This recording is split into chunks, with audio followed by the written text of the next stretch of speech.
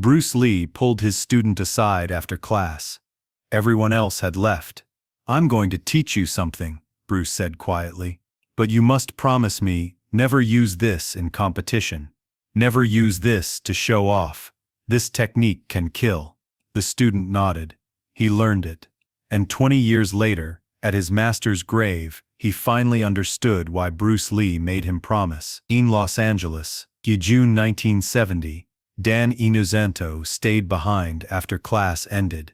Bruce Lee's Junfan Gung Fu Institute was empty now. Just the two of them. The other students had left an hour ago. "Sefu, can we talk?" Bruce was wiping down equipment. He paused, turned. "About what?" "The Long Beach tournament next month. I want to compete, but I keep losing to bigger opponents. Stronger guys, I need something more." Bruce set down his towel, looked at Dan carefully. They'd trained together for 3 years now. Dan was talented, disciplined. But more importantly, Stan had character, integrity. He wasn't the type to misuse knowledge. "Come here." They walked to the center of the dojo. Bruce gestured for Dan to stand in fighting stance. "You know why you lose to bigger opponents?" Bruce didn't wait for an answer. "Because you're trying to match their strength, but you'll never be stronger than someone who outweighs you by 50 pounds. So you need to be smarter. I know the principles, Sefu. Be water, adapt. But in the moment, when someone's overpowering me..." "There's a technique," Bruce interrupted. His voice dropped lower. "I don't teach it to most students. It's too dangerous, too easy to misuse. But you, I think you're ready." Dan felt his pulse quicken. In 3 years of training, Bruce had never said anything like this. "What technique?" Bruce stepped closer. Lowered his voice even though they were alone. "It targets the throat.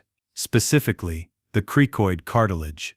He reached out, touched Dan's throat with one finger. "Precise. A strike here, with the right angle, right force, right timing. It collapses the airway. The person can't breathe, can't call for help. If medical help doesn't arrive in 4 minutes, they die." Dan swallowed hard.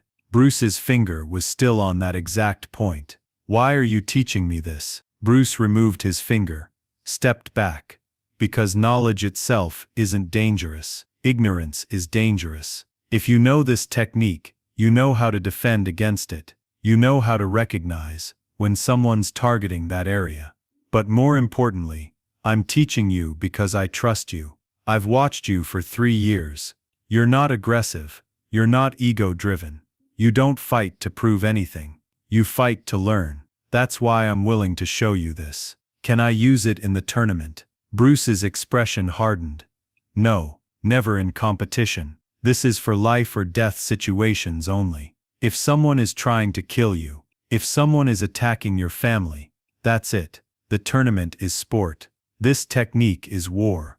Do you understand the difference?" "Yes, Sefu." "Do you?" Bruce moved closer. "Dan, if you use this in a tournament, even if the person survives, you could end their career, permanently damage their voice, give them lifelong breathing problems, and you'd have to live with that guilt, the knowledge that you destroyed someone for a trophy, for nothing that matters." Silence filled the dojo. "I promise, Sefu. I swear. Only for survival, never for sport." Bruce studied his face for a long moment. Finally, he nodded. "Okay, I'll teach you. But first, the defenses. Because if you know how to do it, someone else might too, and you need to survive." For 90 minutes, Bruce taught him everything.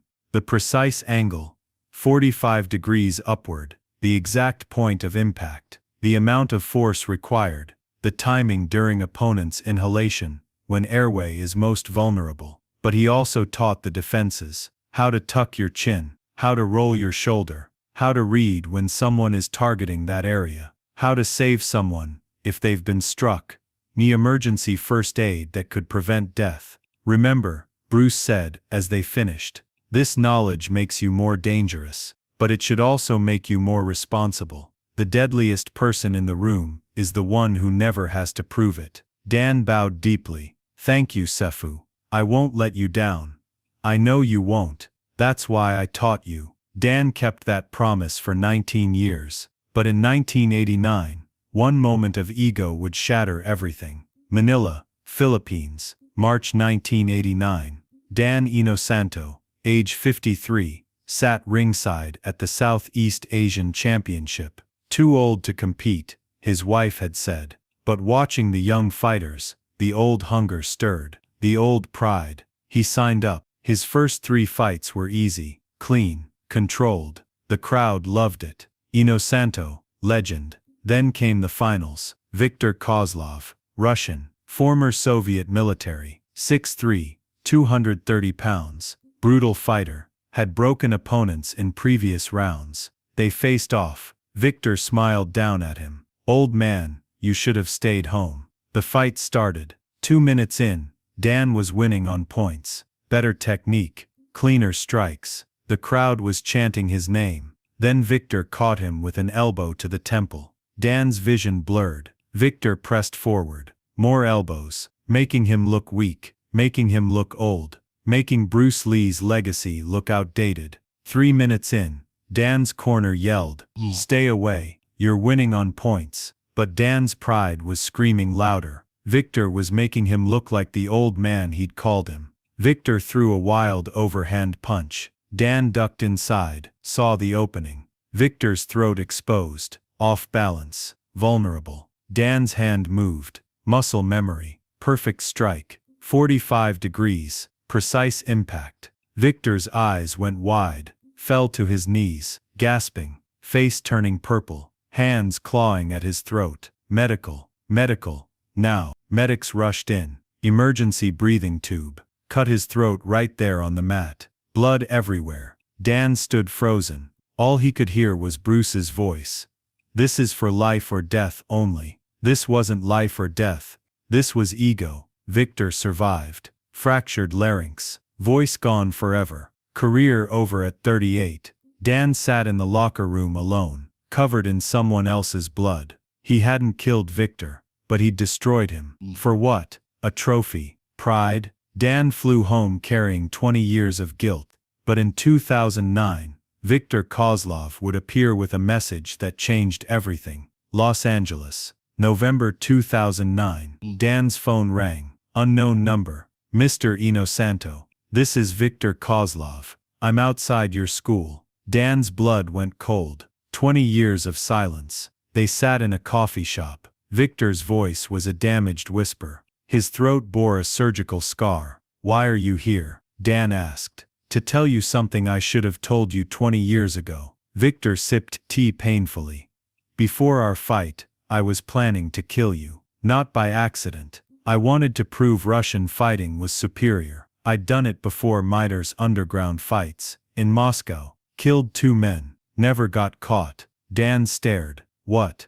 The elbows to your head weren't random. First was to stun you. Second to crack your skull. Third was the kill shot. I'd planned it all. When you hit my throat, you saved my life. Viktor pulled out a photo. Children in a dojo. My school in Moscow. 200 students. I teach Bruce Lee's philosophy now. I tell them my story. Show them my scar. I say this is what happens when ego controls you. You didn't destroy my life. You saved it. You stopped me from being a murderer. He placed an envelope on the table. A letter. My full story. What you stopped. What I learned. Share it with your students, if it helps them understand the weight of dangerous knowledge. Viktor stood. Don't carry guilt for saving a life, Mr. Inosanto. He walked into the rain and disappeared. Dan opened the letter. 5 pages. Viktor's entire story. The Soviet training. The underground kills. The plan to murder Dan. The surgery. The transformation. The school. The redemption. The final line. Mistakes don't define us. What we do after that defines us. Your student always, Viktor Kozlov. Dan kept Viktor's letter private for 6 years, until one of his students walked in with blood on his hands. Los Angeles, September 2015. Marcus Chen, age 24, walked into Dan's office, eyes red, hands shaking, dried blood on his knuckles. Sifu, last night, walking home with my girlfriend. Guy followed us. had a knife, threatened us. I defended her, disarmed him. But he charged again. And I used it. The throat strike. Marcus's voice broke. He's in the hospital. Permanent damage. His family is pressing charges. Sifu, I don't know if it was necessary. Maybe I could have run. But I was scared and I reacted. Dan sat beside him. Let me tell you about Manila. About Viktor Kozlov. About the same mistake I made. He told him everything. Then handed him Viktor's letter. Marcus read it slowly. Viktor thanked you. He showed me that sometimes we can't know if our actions were necessary, until years later. You face it. Apologize to the victim. Accept consequences. Pay medical bills. Make it right. Then turn your mistake into wisdom. Teach others. I don't deserve to teach. Mistakes don't disqualify you. They qualify you. Because now you understand the weight of power. That understanding makes a real teacher. 6 months later, Marcus's case resolved. Plea deal. Probation. Community service. Restitution. He visited the victim. The man couldn't speak anymore, but wrote on a notepad, "You saved your girlfriend. I had a knife. Don't carry guilt for my bad choices. Getting clean now. Starting over." Marcus started teaching, not martial arts. Character education, conflict resolution. At-risk youth, teaching them the strongest person chooses not to fight. Today, 3 men carry Bruce Lee's lesson forward. Each learned through pain, but they ensure others learn through wisdom. Present day, 2025. Dan Inosanto, age 88, still teaches. On his dojo wall, 3 photos. Bruce Lee, demonstrating technique. Perfect. Viktor Kozlov, gray-haired with his Russian students, smiling despite his scar. Marcus Chen, teaching teenagers, serious, responsible. A new student approaches. Sifu, did Bruce Lee teach you secret techniques? Dan smiles. He taught me one. Very dangerous. Will you teach me? Maybe, when you're ready. But first I need to teach you why you should never use it. If it's so effective, why not? Dan points to the photos. Viktor learned restraint through pain, Marcus through guilt, me through failure. But you can learn through wisdom. Through their stories. Later, alone, Dan stands before Bruce's photo. Sifu, I understand now. You didn't teach me that technique to make me dangerous. You taught it so I'd be responsible. You knew I'd fail. And when I did, I'd finally understand what you were really teaching. It's not about the technique. It's about character. True power is restraint. Outside, students arrive for class, all learning the same lesson Bruce taught 54 years ago. The deadliest technique is the one you never use. White text on black. Bruce Lee taught dangerous techniques to only his most trusted students. Dan Inosanto used one inappropriately in 1989, permanently injuring Viktor Kozlov.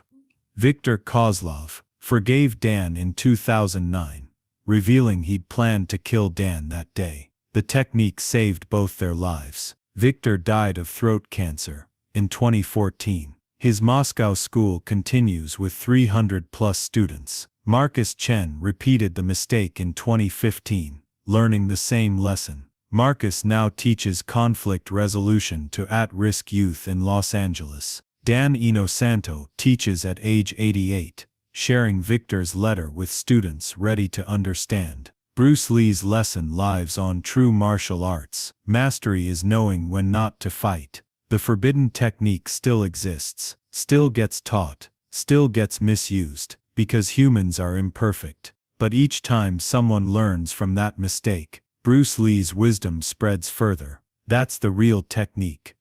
Not how to hurt, how to learn, how to grow, how to become better through failure. Final image. Dan's dojo. 3 photos. Bruce, Viktor, Marcus. 3 generations. 1 lesson. Voiceover. Bruce Lee's actual voice. Knowing is not enough, we must apply. Willing is not enough, we must do. But wisdom is knowing when not to do. That is the highest level of martial arts. Be water. End.